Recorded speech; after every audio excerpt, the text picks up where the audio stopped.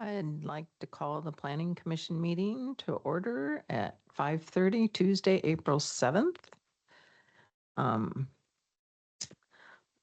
The land that we know as Squim was once inhabited solely by the first people known as the Sklallam people, represented by three tribal governments: Lower Elwha Sklallam, Jamestown Sklallam, Port Gamble Sklallam. We serve as stewards of the land within the city, within the same care and consideration the Sklallam tribes has and continues to provide. This acknowledgement is a respect to the Sklallam people and their history. The Planning Commission serves as an advisory body to the City Council. The purpose of the Planning Commission is to provide guidance and direction for SQUIM's future growth through continued review and improvement to SQUIM's comprehensive plan, zoning code, shoreline management, environmental protection, and related land use documents.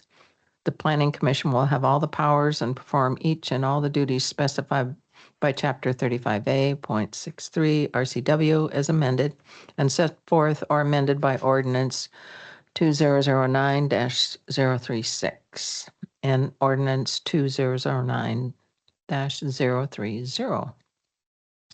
Could you do a roll call, Emily, please? Absolutely. Commissioner Kuntz. Present. Commissioner Cummings. Here. Commissioner Habel. I'm here. Thank you. Commissioner Hewitt. Present. Commissioner LaFever. Here. Commissioner Mihalik. Here. All right. And Commissioner Fain has an excused absence. Okay, thank you. Shall we do the Pledge of Allegiance?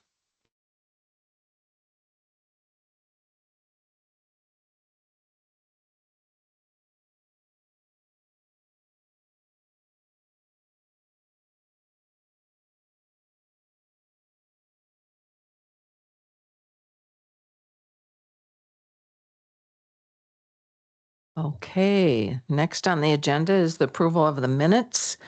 The draft minutes have been out to everybody. Are there any comments or questions? Then how about a motion to approve the minutes of the last meeting? I move to approve the minutes as written for the last meeting. Second. Second. All those in favor, raise your hand. Okay, minutes have been passed. Public comment. The general public comment will be heard. Is Emily? Oh. Thanks.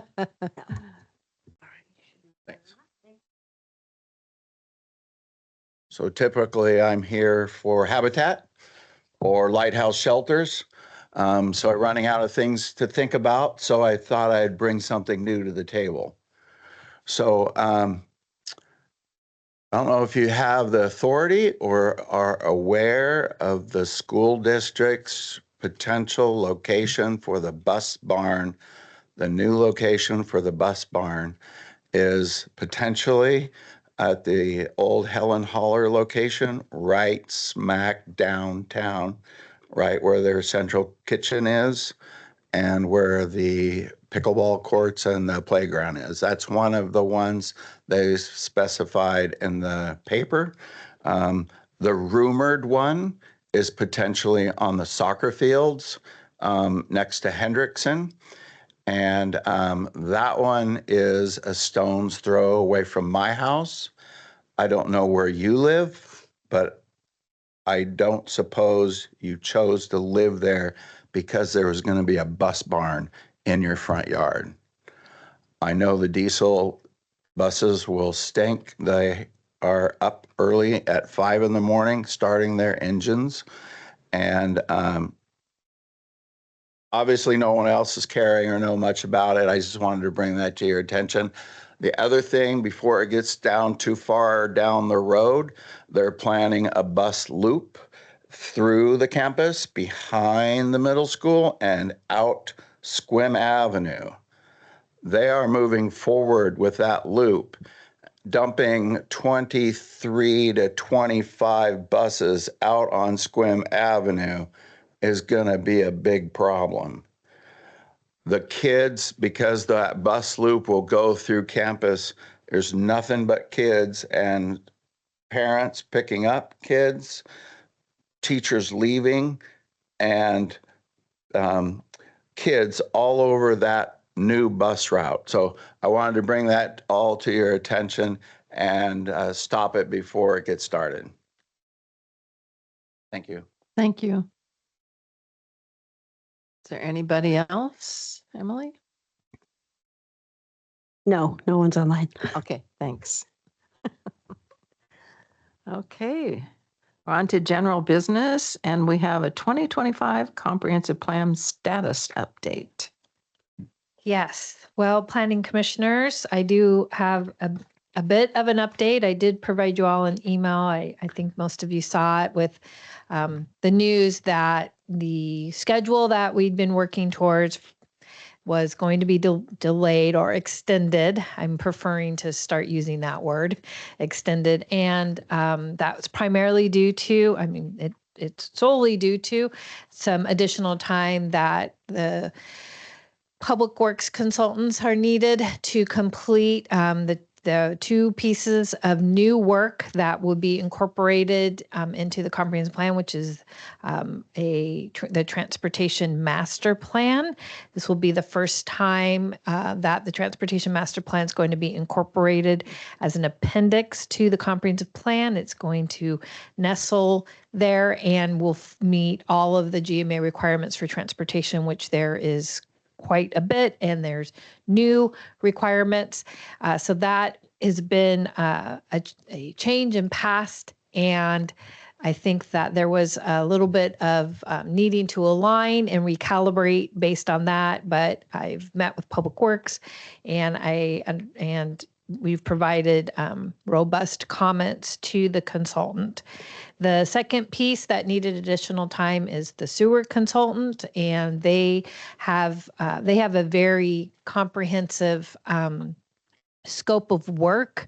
In addition to the sewer system, there is things identified for the water reclamation facility that are not necessarily growth related. And so there was a recalibration with them that they needed to focus on kind of the growth related component of the sewer system plan.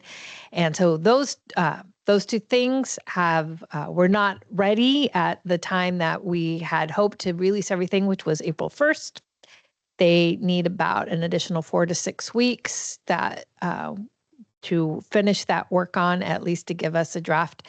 And so that is what we are working under. Again, I sent you that email last week to let you kind of know the status because we didn't have a big release email and party that everything's out and available. And so and again, I've worked very closely with Public Works. We had multiple meetings last week and conversations. So what I've provided to you at your dais is an update to the memo that I was not able to kind of be finished by the packet on Friday. So I wanted to know that it is kind of on our new format here. I do want to take a moment to just confirm with you that Title 17, all the great work that you did on Title 17 and Chapter 1821 is done. It was a successful public hearing in front of the City Council, and in fact, it went into effect yesterday. So we are now working under a brand new land division ordinance and new code regarding the housing, as you'll recall. So then on the bottom half of the first sheet and the second half is kind of the schedule as best as I know it at this moment in time, but I do believe that in the next week or so to 2 weeks, I'll be able to kind of fill this out a little bit more. But as I indicated in my email, actually, let me go over some of the things that we have accomplished. We did have a developers forum on March 19th to get the developers who participated, initial thoughts on the residential districts that actually Travis is presenting to you tonight. And he'll be able to share kind of what comments we received at the developers forum. Your chair was also in attendance, and that was greatly appreciated as well. So Eileen can fill in anything that we might miss saying. I was able to talk about the comprehensive plan and the development regulation update at the last Chamber of Commerce meeting about 2 weeks ago. And then the rest of the schedule is pretty lean as far as like date specifics.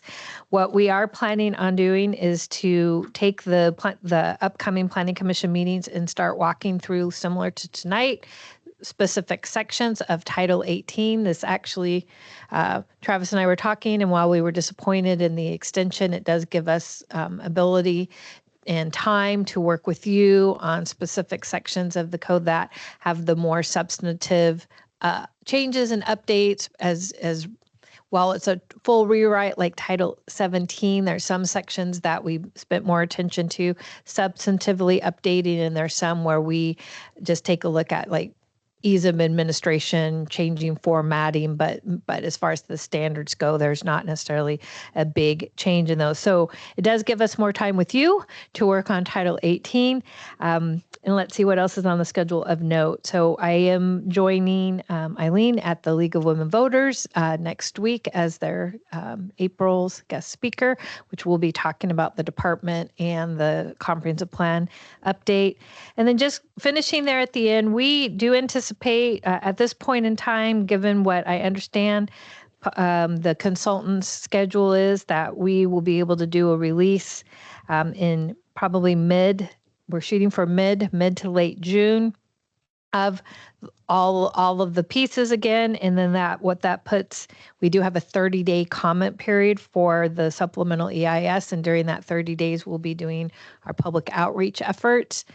And then after that, we'll be able to record and document the comments received and move into a public hearing process with the Planning Commission, and then after Planning Commission's process, move into a public hearing process with City Council.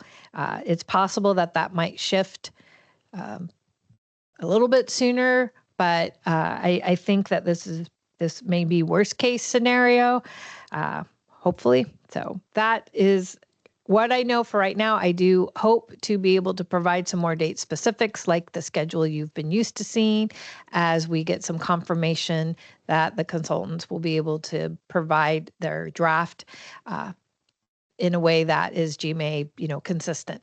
And there's a little bit of a domino effect to that because I need to wait for them to complete that work so I can give that to the planning department's, the DCD's department's consultant who's preparing the supplemental EIS. So the supplemental EIS will have a utility section and will also have a transportation section. So they're working on the supplemental EIS right now, but it can't be complete until we get that information from the other consultants. So a little bit of a domino, but what like I said before, we'll still be able to meet with you. We'll still have content for you to be reviewing, and we'll be able to keep plugging along on all of the work. So it does give, like I said, a little bit more time where we can, instead of having to kind of do all long meetings or all day Saturday meetings where we push through Title 18, we get to have a little bit more time where we're going to bring forward like tonight's residential, our next meeting will be bringing forward the other zoning districts, the all the other zoning districts, and walk through there what highlight of the substantive changes. So with that, I appreciate your understanding. I know that we have to go a little bit longer. Might be disappointing, or you might be like, this is great. Just keep going. More fun. So anyway, I'm happy to entertain any questions that you might have. Thank you very much. Any questions? Everybody's just overwhelmed with happiness that we're still moving forward, and thank you very much. Yep. You're welcome. Thank you for your understanding. Mm-hmm. Okay, next up, residential zoning updates. Travis, show and tell. All right. So, thank you. Yeah, you're good to start there. That's fine. I think they've probably seen the previous picture enough. So the purpose of tonight's discussion is really and it says to introduce, but these are things we've been talking about for the better part of the last year as we've been going over the comp plan. But this is kind of like the temperature check before releasing draft code, because I'm sure you've heard the draft code's pretty much together, but we want to make sure we're doing what is kind of been the consensus and what we want to do. So this is our last sort of informal discussion of residential zoning concepts before we do go ahead and release that draft, because once it hits planning commission, then it's as public is. So this is really the last, like I said, informal check to make sure we're heading in the right direction before we actually do release that draft. So whatever comes out of tonight, it still gives us the opportunity to go back and tweak some things if necessary, but we want to just kind of make sure we're on the right track and that we're all on the same page. So we'll talk about things like density calculations, the citywide residential zoning change from R48 to R49 that we've talked about, and then 2 specific development types that are mainly specific to the residential zone, which is cluster housing, and an update to our planned residential development. So the first thing we'll talk about is, is density calculations. So under the current code, there isn't a specific density calculation definition or process spelled out in code, and it is a bit of a gymnastics exercise in code reading to figure out how it is administered. And essentially, we utilize net density, but it doesn't make it very clear what that entails. So our update is going to actually spell it out for you of here's what we're doing. But the change is we're also going to shift from net density to gross density. And so what this does, it allows us to just take the gross acreage and use the density, and basically you multiply number of units by gross acres, or I guess I should say number of allowed units per acre by the number of acres on your site, and then you can determine what your potential yield is. Now, that doesn't mean that you will automatically be allowed to build that many units. There are set-asides, things like streets, utility infrastructure, stormwater infrastructure, open space, critical areas, and all sorts of things that will deduct from your property, which effectively is net density, right? And so the math may look like, hey, I have 10 acres. That means I can build 90 units. Maybe.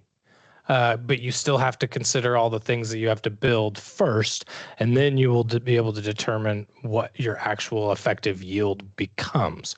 So gross density does work better for development types that are able to be more efficient with land use. So things like cluster housing, PRDs, which we'll talk about, as well as multifamily, where you've got attached housing units where you don't need as much land in order to accommodate the number of units you're going for. So this is it's an effort to hopefully make it more clear what you could do, and then by actually putting some definitions and some process in code that tells you how you calculate that, it makes it much less of a question mark for not only ourselves but developers as well, to try to figure out what can I do. Now, obviously, they'll still have to plan for things like streets and infrastructure and things like that, but then it becomes more of instead of being restricted by those things and having to make sure that they're meeting their density, it becomes here's what you're allowed, and then you're kind of working backwards instead of working up to your cap. So that's kind of what we're proposing for an update for density calculations. To put it simply, it converts density from a policy into a repeatable calculation with clear inputs and outputs. So it's easier to understand, easier to administer, and hopefully it leads to a lot less questions about how many units can I build. So, and I guess there's a slide in here if you looked at it that I'll open it up to questions. So I'll move to the next one and then we'll pause and take a break. But so the next update is another one that we've been talking about from the kind of the beginning. And I think the first time we brought it up was May of 2025, which is just an update from the city's residential zone of R48 to R49, which essentially is the way we looked at it from the beginning, was a way to align with our change to allow short plats up to 9 lots. So if you have a 1 acre parcel and you want to do a short subdivision or a minor subdivision, you could potentially get 9 lots. So this was just a way to kind of align those things. Standard single family developments, which is really the bulk of the developments that SQUIM sees, will basically see an increase of 1 dwelling unit per acre with this change. And that includes the density shift as well. Because like I mentioned, even though the gross density in theory allows for more units, when you calculate all those set asides and deductions, it really doesn't result in that significant of a change. And so it goes 8 to 9. And so it converts density from a policy, again, into a repeatable calculation with clear inputs and outputs, same as the density calculation. It's really just a matter of making this more understandable and easier to administer. So bulk and dimensional standards with the shift, we obviously then have to take a look at our current standards and see like, okay, well, could we even do what we're proposing with the current bulk and dimensional standards? And the answer is no. So what we are proposing is to reduce minimum lot sizes from 5,400 square feet down to 4,840, so 4,840 square feet for single family homes, and then actually establish a minimum lot size for fee simple multifamily units. And that is a very important distinction in that fee simple is when it is on its own lot. So you do have a single unit on one parcel, but you may have 0 lot lines where they're still attached, right? So this is, if you're going to do fee simple multifamily, you can get it down to 3,630 square feet for those particular units. If you're doing like a binding site plan or just a site plan for multifamily, then obviously you don't have the lot size constraints that you see when you're doing fee simple. Again, kind of another tool in their tool belt for developers of how do you maybe have more efficient development, right? And how do you use less land and maybe potentially realize that density allowance. So then we're also proposing a reduction of the rear setbacks to 10 feet and potentially an increased lot coverage up to 60%. So both of those are kind of done with the updates for having to allow 2 ADUs and then also just multifamily in general and more site efficiency. As many of you probably know, in the downtown or and not that this is for downtown, but in some of our historic residential zones where ADUs could pop up, the only place for them to go is going to be in the rear. And if you have a 15-foot rear setback, that could make that a bit of a challenge. So where this is an effort to loosen that up a bit to maybe make those accessory dwelling units more plausible.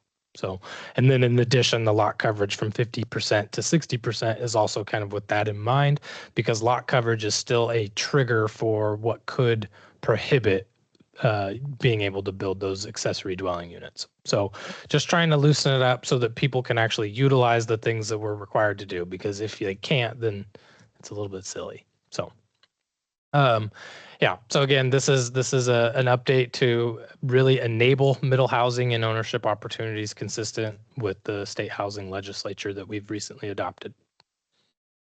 So some questions for you guys. Any specific concerns with the proposed change from net to gross? And I'll stop there and let you guys answer that one right now. And if you have, Carla wants to. I did want to just say a little bit on the net to gross, if I may, but we are interested in hearing your input. So this slide is for you to tell us what your initial thoughts are. So I know that it's maybe a little bit disadvantaged if you don't have the code in front of you to kind of read all of the things, and we are finalizing it, and you'll be able to see it soon. So the way the net to gross goes is that that range, so the R4-9, how that would be represented is 4 will be the net and 9 is the max. So and I do want to reiterate what Travis said, is that the code today is not clear. It is challenging for staff and for a developer to know how to come in, and it is to come and ask us a question, how many units can I get on a parcel? And that honestly is the first question any developer is going to ask. That is how everything is based on their pro forma and their product and their site size. And so it was a surprise to me when I joined the team that it tends to be a challenge, and it takes more conversation than it really needs to be. It really is a mathematical calculation. And so for two things, one is an easy calculation and one is a little bit more tied to your site development. So for the maximum density, it is a simple calculation of it. It's 9 is what we're proposing. Again, 9 times the number of acres. So that's the most you can develop. And as Travis said, that depends on a number of things. I see your hand, Larry. So I'll just get this last sentence out and then you can jump in. And those number of things is what the net density is then calculated on. And the net density is acres that then you take out of your total acreage, your street right of way and critical areas, any utilities or stormwater or open space. And so if you have, like, we like to use 10 acres because that makes for easy math for planners. So 10 acres is 10 times 9, 90 units. Your net acreage then will be 10 acres deducted by those things that I just mentioned. And I will say that the state law has defined what those things are that can be deducted for net. So it's not, we don't make that up. We are told by the state on what those things are. Again, streets, utilities, stormwater, critical areas, open space, and also tree retention areas if you were a jurisdiction that did tree retention. Okay, so 4 then is the minimum density that you have to meet. That is net, and then the maximum is the gross. So I just want to pause there, but I also want to give you one quick little caveat, or not caveat, like anecdote, which I think I shared at one of our meetings in the past, that number 4, like why 4? Why are we using that number 4?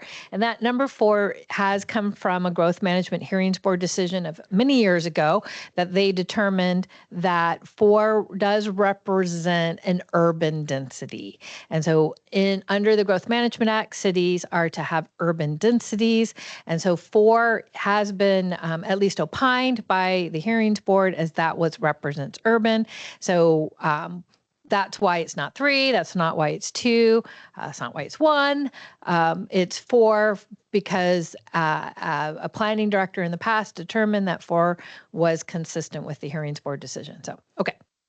I just wanted to give you a little bit of that context. Thanks. Thank you for that.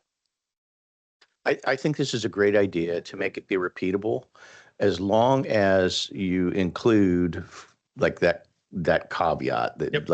like, this is your maximum. It may be less. Yep. And you that don't is- have to go to all yeah. that detail, just so there's no confusion. Yep. I thought this was what I could get. Exactly. And there is a statement in there. So you'll Yeah. see that when That's we. perfect, I think. Okay. Because I thought the same thing, and that was where I really wrestled with it at first. I mean, Carla could speak to it. Like, for a long time, I was set on still using net because it was the actual number that developers could take to the bank, right? Like, that's the number that means something to them. And then, at least that was my understanding, right? But then I was able to sit with it for a while. And as I updated other codes, it made a lot of sense of like, okay, well, actually, this is your possible yield if all things were equal, and then you're kind of working backwards as opposed to trying to work up to a cap. And it just makes it a lot more flexible for them to try to come up with effective site design than this is what you get and deal with it. So it took me a bit, but once I got there, I was like, this is what we should do. And a lot of other jurisdictions do it the same way. So seemed like a good idea. I think I already know the answer to this, but is this something that was brought up at the Builders Forum? I mean, I think the important thing is I know a lot of times there is sometimes miscommunication with what's allowed and what's not allowed. And so if we made sure that, we knew that there was clear communication with the developer. Yeah, and I don't know if it came up specifically at the developers forum, but it has come up in my 5 or 6+ years here. Every time we have a development, is like, okay, well, what is the total number of units that I can actually build? And it became much more of a challenge to say, okay, well, your net density is 8, it's 4 to 8, but it's actually more like 6 gross because of the assumed deduction. And so this was an effort to really just make it like very clear, here's what it is, and then figure out what you have to remove for streets and all the required things, and then that's what you're left with. So it's like, here's your max, take away the things, and then that's what you've got. And instead of us saying, well, you're going to use net, but so assume it's this, but it could be more, it might be less, it depends. And so so instead it's, here's your max, and then work down. Okay, thank you. And Commissioner Kuntz, if I might add to it, I think it's worth just kind of providing you the context of like the approach that Travis and I have taken to Title 18, and he's been the author of it, just like Title 17, but we do talk about it every day, and certainly with Scott joining us too. Scott's part of those conversations, of course. But the goal with Title 18 is similar with Title 18. The overarching philosophical approach is ease of administration. And when I say that, I don't mean for the development community, I mean for us. We need to know what the code says. We need to understand it so we can communicate it to those people. And when I say the development community, I should also add to our citizenry. Not most of the people that walk into our door are not necessarily developers. They're homeowners who want to understand what they can do with their property, and we need to be able to communicate clearly to them what the code does say. So we'll walk through that with you in the upcoming months, where Travis will say, this isn't really a change in the standard, but it's a change in how we're writing the standard, how we're communicating that. And the density part, again, not to kind of beat this down, but like that is a critical piece for new construction. I'm like, how do you calculate how many units a parcel can yield? So I did want to note that, again, our philosophical approach to this code is administration driven, in that it's clearly written. It has a clear formatting. It's going to look a lot like Title 17 in how we divide kind of concepts and ideas, and the idea that while this provides administrative ease and continuity and consistency for the staff to be able to administer, what it provides to our development community and our homeowners is predictability. And that is an important component for any zoning ordinance, is to be able to be administered consistently and predictably. Is something going on that I'm not seeing? Okay. So thank you for letting me kind of just provide you that kind of that context of what you'll see as we start rolling out the actual code language. Okay, thank you. Anybody else? Yeah. Just a quick comment on your reference to the bright line. I haven't heard that reference in a long time. And it took years to get there. This is a good step in the right direction. And I think administration of this will be beneficial not only to staff, but also to property owners that come in looking to divide their property. So kudos.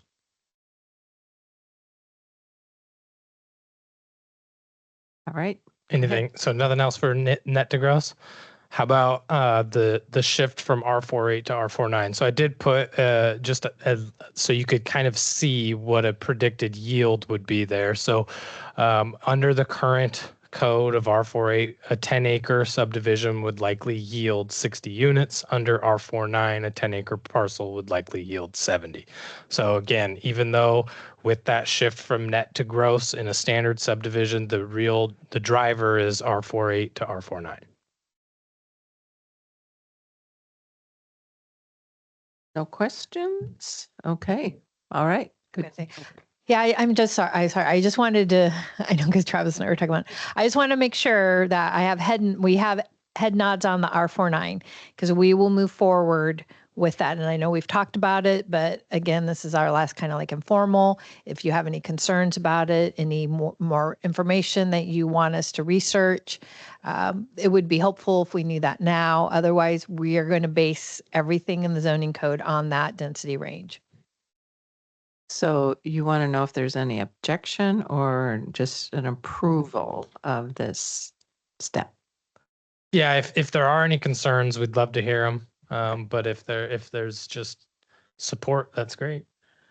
No, I think it's a Yeah. great idea. Just one Just one Karen's comment. got a comment.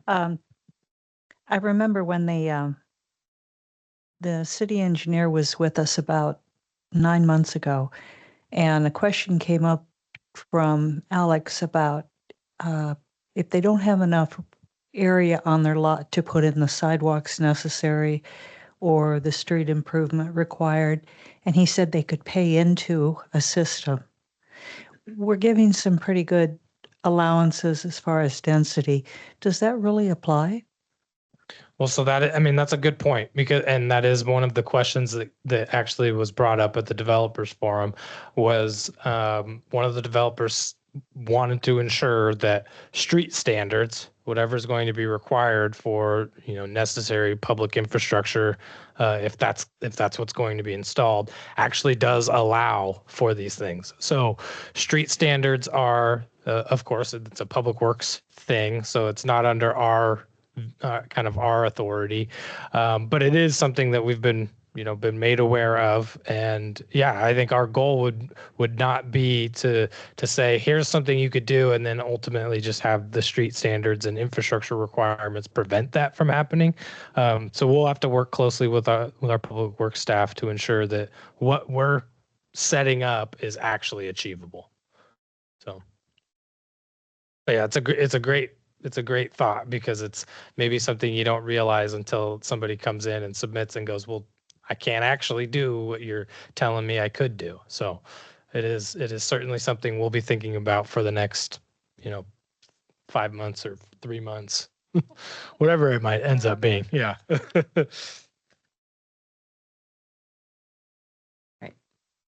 Lead us on. Yeah. But I guess to piggyback off of that, I think a lot of that will also come from the transportation master plan a little bit in terms of, street classifications and things like that. And then that will inform the engineering standards. So it's all kind of in the works, right? And so once we establish what we're going to allow, then, that can better inform what we need. So.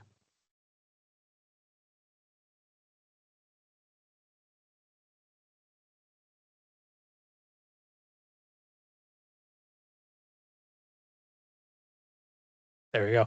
Okay, so this is a new one for the city of Sequim. It's not a new concept in the housing world and then the development world. You may know it better as cottage housing. We've opted to call it cluster housing because I don't think it necessarily needs to just be cottages.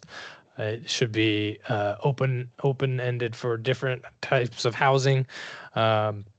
But really, what we've looked at this as another tool to effectively realize the allowed density.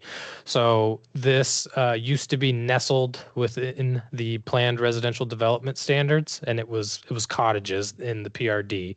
We've decided to take it out and allow it to be a standalone development type. So it is specific to the R49. And the reason that it is specific to the R49 is the R49 is the only zone that really has density requirements. And so putting it here is where it kind of makes the most sense because it's already allowed elsewhere, right? So we don't necessarily need to create specific standards in the lifestyle district or in other zones that allow higher densities of residential through multifamily and things because they can already do it. They can already figure it out. But including it in the R4 9, as we've discussed, does allow again more effective site design, more efficient use of the land to better realize that maximum density allowance of 9 dwelling units per gross acre. And so what we've decided is that this would be for small scale developments, so it would be limited to 2 acres parcels or less, effectively maxing out at 18 units.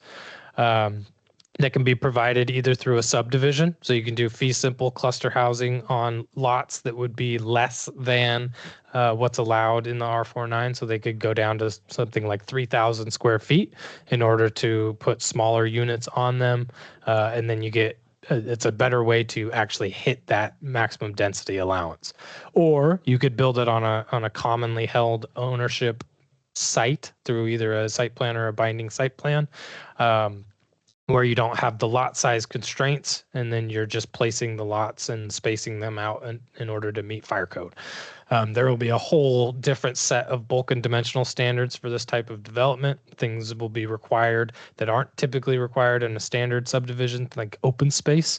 So in order to get a kind of a more predictable unit yield, then there will be requirements from us to provide things like open space and also to get smaller lot sizes. And essentially, in order to realize alternative bulk and dimensional standards, we're going to say, okay, that's fine. You're using the site more effectively, but we would like to see some open space that gets left and set aside as well. So those kind of go hand in hand, because if you're going to try to get a maximum density, and you're going to go smaller lots, then there's going to be some land that gets left as open space and hopefully gets used in a meaningful way that the potential residents actually get to utilize. So again, this is a new tool that doesn't live in the code as a standalone process today. It is embedded within the PRD, and it has not been utilized whatsoever, but it is very common in other jurisdictions, and cottage housing has become somewhat popular as a way to provide middle housing. And so one of the comments we did get on this was that in this particular image, that 2-story cottages may not be something that our demographic in Sequim here would want. And I'll leave that to the developer. If they want to find a way to do 1-story cottages, 2-story cottages, that's up to them, right? We're not gonna, they can figure out the best way to make that work for them. I think 1-story sounds great. I think 2-story sounds great. Whatever they are interested in building, we kind of want to provide an avenue for them to do it. So that is cluster housing, and we'll pause and talk about it in a sec, but we can move to planned residential housing or planned residential development, which is it's a significant update from what the current code requires for planned residential developments. The PRD as of today has been utilized once since I've been with the city, and really it was more of a mechanism to get smaller lots and not really a mechanism to achieve what they allow as a 25% density bonus. And so what we are proposing is there would not necessarily be density bonuses baked into the PRD. It would just be another tool for developers to utilize to have smaller lots, more effective site design, again, to have more predictable results, to realize that on a 10-acre parcel, for example, they could essentially guarantee themselves those 90 units as opposed to working backwards and having things that they have to take out. So it's a directly similar to cluster housing. It'll be directly incorporated into the residential zone. It won't have its own chapter in our Title 18, since the only place that it really makes sense for somebody to utilize is in the residential zone. Because as I explained with cluster housing, density provisions and effective site design is doable in other zones as of today. So this is a way to make this process more approachable, and hopefully developers choose to use it, because in other jurisdictions it is effective as a way to realize the density allowances that they have, provide creative site designs that again use land more efficiently, allows for flexible lot sizes. Again, it makes it more predictable for the developer to say, okay, if I really want to reach my max density, here's a tool that can ensure that happens. We do have a question about, because there are kind of tiers that we could do a PRD in, and it's based on the amount of open space that maybe gets provided.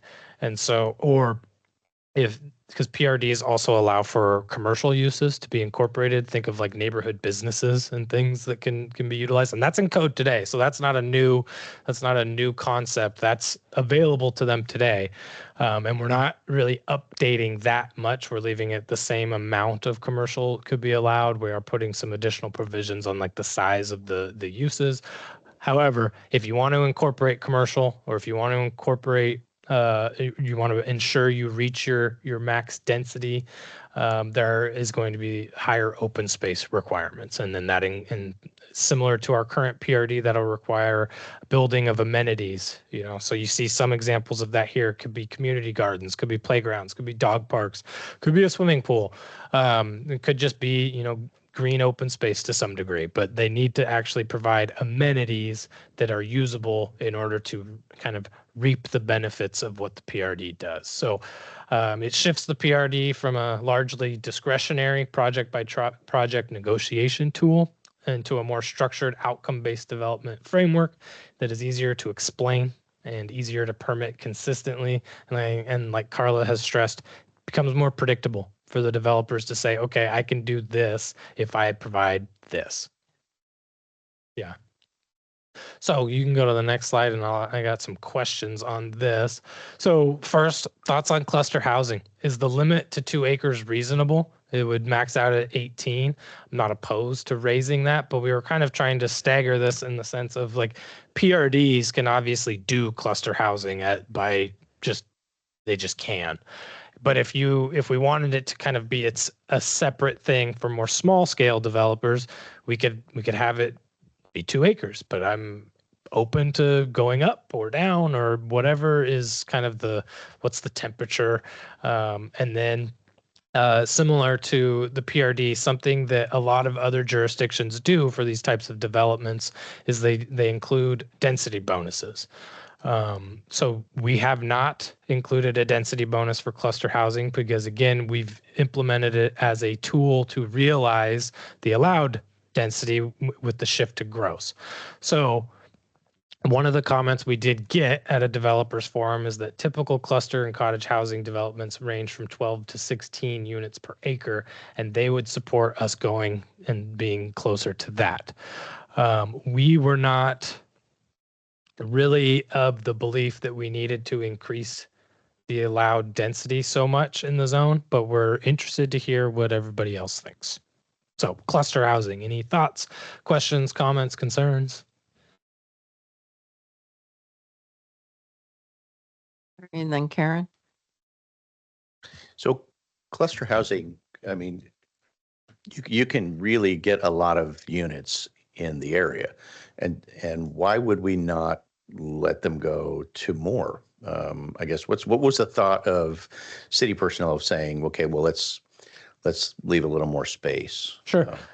And so I think the thought was really as we allow them to realize the gross density, it isn't nothing, right? I mean, going from what is essentially 6 dwelling units per gross acre under the current code using net density up to 9 that's 3 units per acre that they're getting in addition. So, we've heard things like small town feel, rural community. And so really it was without, short of us creating new residential zones that are like medium density and having to upzone people who have been in the R48 forever, this was a way that we could introduce higher densities without going crazy. So I think that was the thought, was this is a way to, you could use the land a little bit better to realize it and get the amount of units you're looking for, but it won't feel out of place. It'll still feel like it fits. You just said my comment perfectly. Ditto. Julianne, did you have something? Oh. I was just going to add, same comment. I think it would make sense to increase the allowable density on something like a cluster development.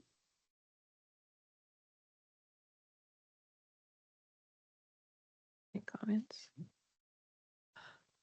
I have a question. So when we talk about the density bonus, Mhm. um, does it have to be 12 to 16? No, and the initial density bonus that I had was like 1 or 2, which would have Okay. taken it to 10 or 11. You know, and that would be in looking at other jurisdictions, low density residential typically tops out at 9. And then once you get to like 10 and up, you're in more of like medium density residential. So that's another reason why it was calculated by us to say, okay, let's cap this at 9, and then we can you can still straight face it that it's low density residential, but it is an increase from what it currently is, but it's not so much that it tips it into what is typically understood as medium density residential. Okay. But we don't. Yeah, we could do whatever. Do you is have any recommended. kind of a feel for, I mean, because I definitely see the point of like, small town feel, but I also, heard a lot of like, we need to do a better job at housing and more affordable housing. Yep. So is there a way that we could maybe meet in the middle and navigate that a little if you considered anything like that? Because I mean, I know that like right now, today, in April of 2026, we're thinking that the 18 units on 2 acres is going to be sufficient, but how it, I know we can't predict what it's going to look like in April of 2031. Sure. So if we needed to pivot, like if we get into this and we're like 18 units is what we recommend in the comprehensive plan, and we really see that there needs to be a change in that based on what developers want to do and create a little bit of a density bonus, how hard is it for us to pivot before the next comprehensive plan review? Oh, the zoning code. Okay, never mind. Yeah. So I mean, it's not impossible. Yeah. You know, it would be a change. We'd have to, the biggest thing we'd have to establish kind of a medium density residential, not only in the zoning code, but also on the comp plan, because we currently only have a low density residential. So it would take a comprehensive plan amendment, which could be done through the annual amendment process, and then it would take a zoning change also. So one of the things, that we talked about in the very beginning was whether or not a medium density residential zone made sense. And it's not to say that we don't think it does. It's just, that does take existing single family, low density residential properties and essentially making them not entirely totally non-conforming, but in some ways it makes them a bit non-conforming in that, now they are a low density residential development within a medium density residential zone. And so there are challenges with that.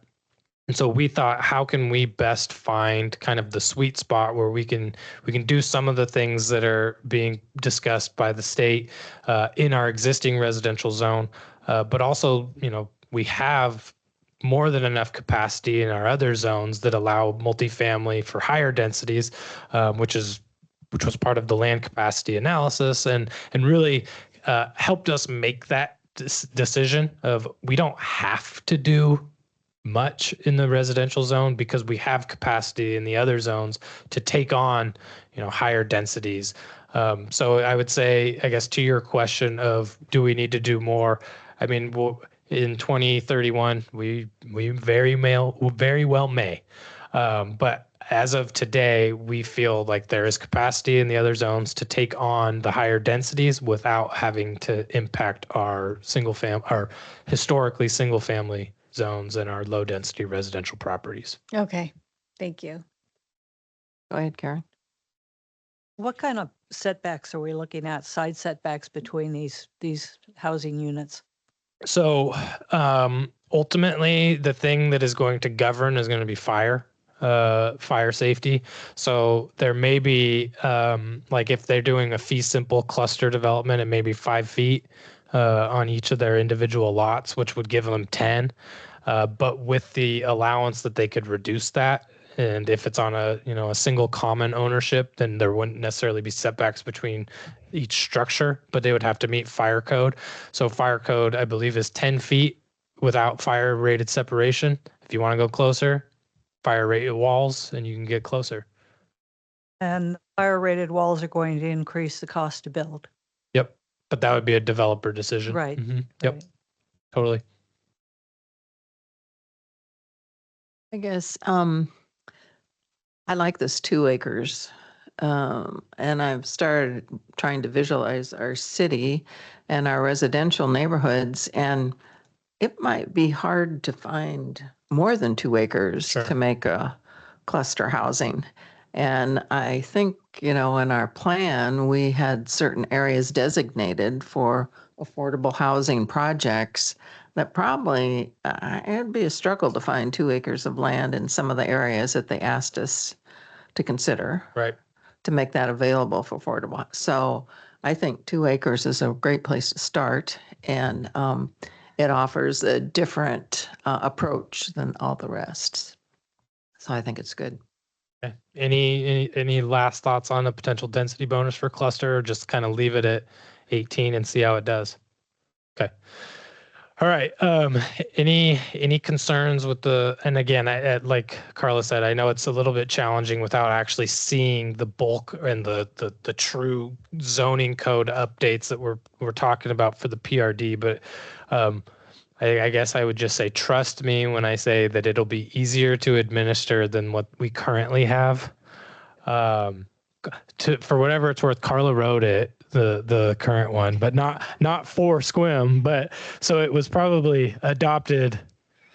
Anyway, but so just to kind of like really kind of drive home what we're talking about here. So the current R48, using net density, if they wanted to do a PRD, there are some incentives in there that can get you plus basically a 25% density bonus.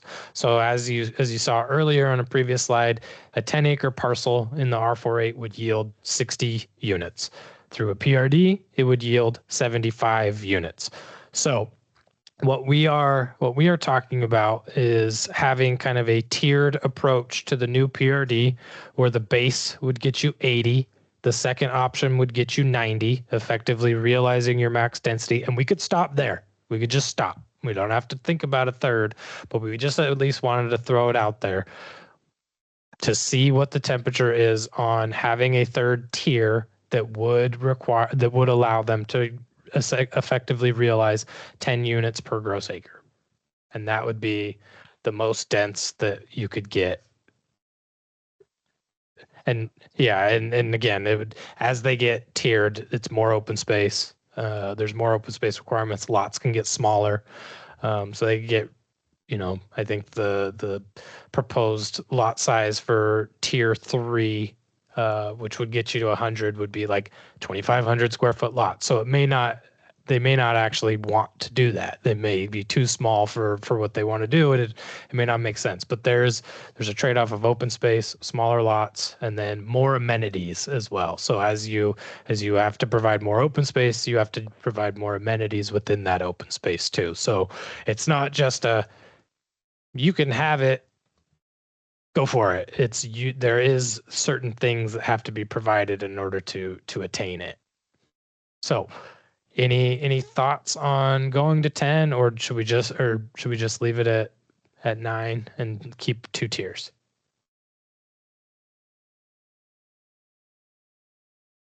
I guess when I think about a builder wanting to maximize their profits out of a project, the more buildings I could put on there for sale, the better for their profits. So, 4.9 should offer a different opportunity anyway, an increase of quite a bit actually. Yeah. That might help the builders continue to build for our community. Yeah, I think that's a good, what I wanted to just provide a small caveat to that is that, and I think Eileen, you were at the developers forum and you might have heard that it's very difficult to build in period right now. It's very expensive and difficult. And it certainly is that here in Clallam County as well. And the profit margin for developers is very thin. So I do appreciate that comment in that the housing is a I don't know if the partnership is the right word, but it's a relationship between the city, who is the owner of the code, which is what we're talking about, and the developer, who is the actual constructor of those homes. And so, there is a relationship. We don't build units. We don't build the houses. And so I just kind of wanted to, even though I know you all know that, I know that people like to come back and visit these meetings, watch them online. So I just wanted to note that.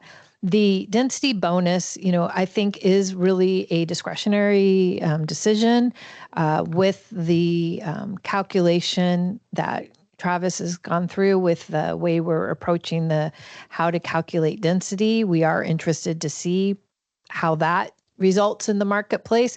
The density bonus is an additional, like Eileen said, do we want to provide another option for the developer to see how much they can maximize their land efficiency? More units requires more infrastructure.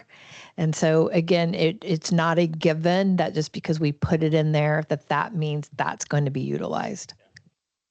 And I'll just, on that, under the current code, even with our administrative conditional use permit that allows multiplexes in this zone up to 4, without the kind of the land efficiency flexibility through utilizing gross, they're not able to realize additional units, right, when building multifamily. So just by doing gross on a single site, or even if they were to do fee simple the way we've set it up, there is the possibility that they could build more units than a standard single family subdivision could. And that was intentional because as it's written, if there's no true incentive, or if they can't realize maybe 1 or 2 additional units on smaller developments, it just doesn't pencil, and we're not going to actually see it. Like we actually have had conversations with developers who come in and they've proposed more units, and we're like, well, you're exceeding density, so you can't do that. And they're like, well, what's the point? Like, what's the point of us doing multifamily in this zone if we can't actually get more units out of it? It doesn't make sense. And so that it was very thoughtful of us. The change from net to gross allows, it caps it at a number, but then how you develop the site is the true deductor of how many units you end up with. And so that there is a benefit to developing multifamily because you can utilize the site more efficiently. And so the +1 would be great, but they're already going to inherently get more even without it. I think if you allow the density bonus, and I would go for the higher because I think you'll get more creativity with it. The amenities they will offer in return, and perhaps clustering them, but giving the amenities and being able to multi-purpose those amenities either as stormwater or something. And I'm thinking of a hilly structure. So you might get a better creative outcome giving the density bonus than just saying, no, we're going to cut you off at X. And, you don't get the extra amenity from them. Okay. And I guess I'll also just put it out there. We can pitch it and we can see how the community reacts to it. And then if we end up taking it off, we take it off. But can't ask for or can't get what you don't ask for. So if everybody's open to it, we can include it.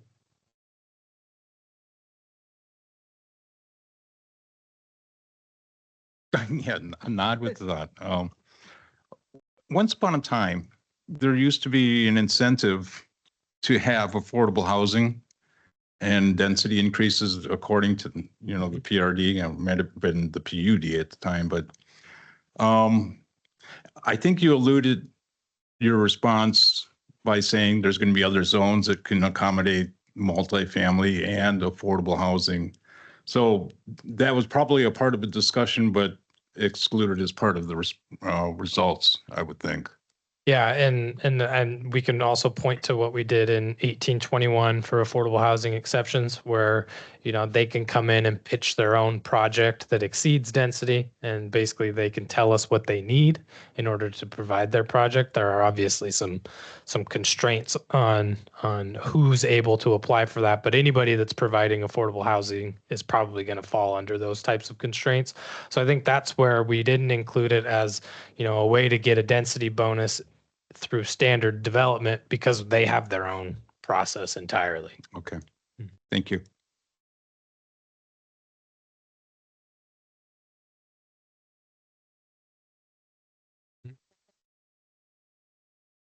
See what The density of the 3 tiers with the for PRD, but not for clusters. Okay, all right. All right, so just to kind of summarize everything, we've talked about this enough, but I do just want to kind of reiterate some of the key takeaways that we actually had at the developers forum, because I think they are important to hear from the folks that are doing it. And I did touch on some of them, but one of the things that was brought up was as we're doing all of these things to kind of get more creative with site design, a comment that was brought up was just eliminate lot sizes. Just have no lot sizes whatsoever, and then have your density cap. And then, well, if we did that, then, there's really no need for any of the creativeness. It's just, all right, lot sizes don't matter. You get 90 units, figure it out, go. Like the city is basically just giving you it's a free for all a bit. So, I mean, it may work in some jurisdictions. I know the county has zones that have no lot sizes, but I don't know what that results in for a city, and does it keep with the small town character? I don't know. As of today, we are proposing to still have lot sizes. And we're going to get really small. I mean, the lot sizes are going to go from what they are today at 5,400 to, if you utilize the PRD, like I said, you could go down below 3,000 square feet. I don't know what size of house you could put on like 1,000 square foot lot. So I think, 2,500 is probably pretty good, especially when you consider maybe potential setbacks and those kinds of things as well. So as of today, we are, we're not considering removing lot sizes. There is a train of thought that is density and lot sizes effectively do the same thing as far as constraining how many units can be built. So when you have both, it's just kind of a double restrictor. For us, I don't think we view it that way. And we view it more as these are both necessary for the type of development that is appropriate for SQUIM. And then again, like I mentioned, another comment was allowing higher densities for cottage and cluster. I think we see if there's interest in cluster housing at a realized and predictable density before we say this really works. Let's try to do more. The current cottage development process hasn't worked at all, and so this is an attempt to try to bring it to SQUIM and make it more usable. And if there's interest and people start coming forward and saying like, this would be great, but we'd love more density, we can recalculate and come back at a later time. And then again, as I mentioned earlier, ensuring that the street standards align with new zoning and development types to actually make these things possible. So I think that's a very important thought, and it's a very important thing that we will continue to coordinate with Public Works on to ensure that what we are doing and what we are saying you can do is actually able to be realized. And a lot of that work happened already in our Title 17 update, just by tweaking some of the wording of things like fronting on a street. going away, and you just have to have access to a street.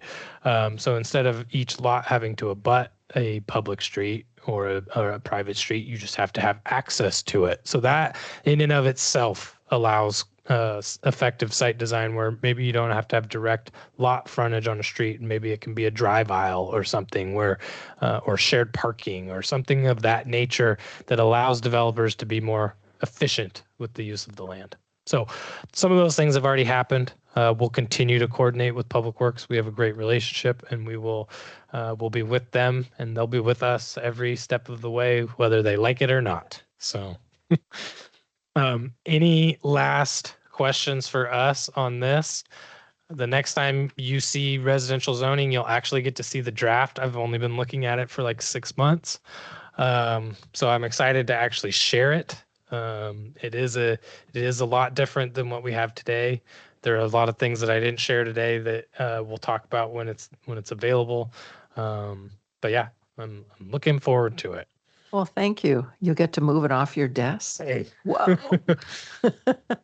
thank you guys. All right. All right. On to new business. Larry?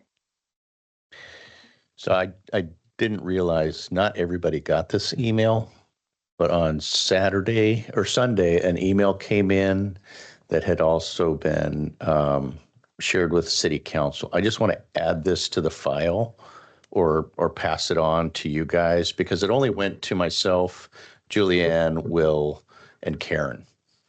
So it didn't go to anybody else at the city in this particular forwarding. So I don't know how to handle this other than to give it to Emily and say, thank you, deal with that. And I'll forward it. I'll forward it as well. Forward it too. I think that's. Yeah. So Eileen, you need to get it right. Yeah, it's probably necessary. You're special. Okay, anything else? New business? Director's report, anything more you want to add? Okay, thanks. Good of the order. Good news. Yeah, that narrows it down. To nothing. All right. So, I guess we're adjourning. If there's a motion We adjourn. and a second from, I'll second that. okay. Any objection? Hearing none, we're done for the night. Thank you all.